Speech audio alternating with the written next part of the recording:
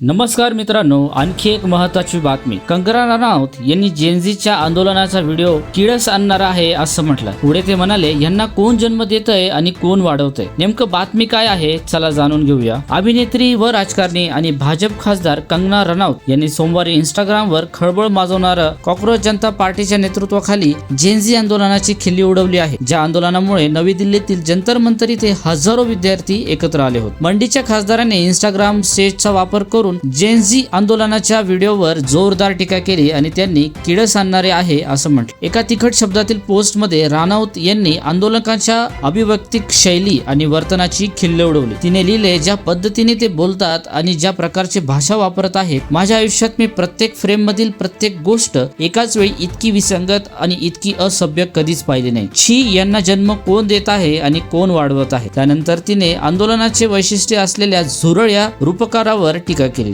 जे त्या आंदोलनाचे निर्णायक प्रतीक बनले होते. तुम्ही स्वतःला झुरळ बनवता आणि त्यांच्या सारखेच दिसतात व वागतात, कारण त्यात कोणतेही विरोधाभास किंवा विसंगती नाही. तुम्ही फक्त जगाला तुमची घाण, कचरा आणि कुरपता दाखवत आहात असे तिने लिहिले. आपल्या इंस्टाग्राम स्टेजचा समारोप करताना रनौत पुढे म्हणाली, या रील्समुळे माझ्या मनावर खोलवर परिणाम झालेला आहे. तर मित्रांनो, कंगना रनौत यांच्या प्रतिक्रियेवर तुमचं म्हणणं काय आहे कमेंट सेक्शन मध्ये नक्की सांगा. आपल्या चॅनल आता सबस्क्राईब करा.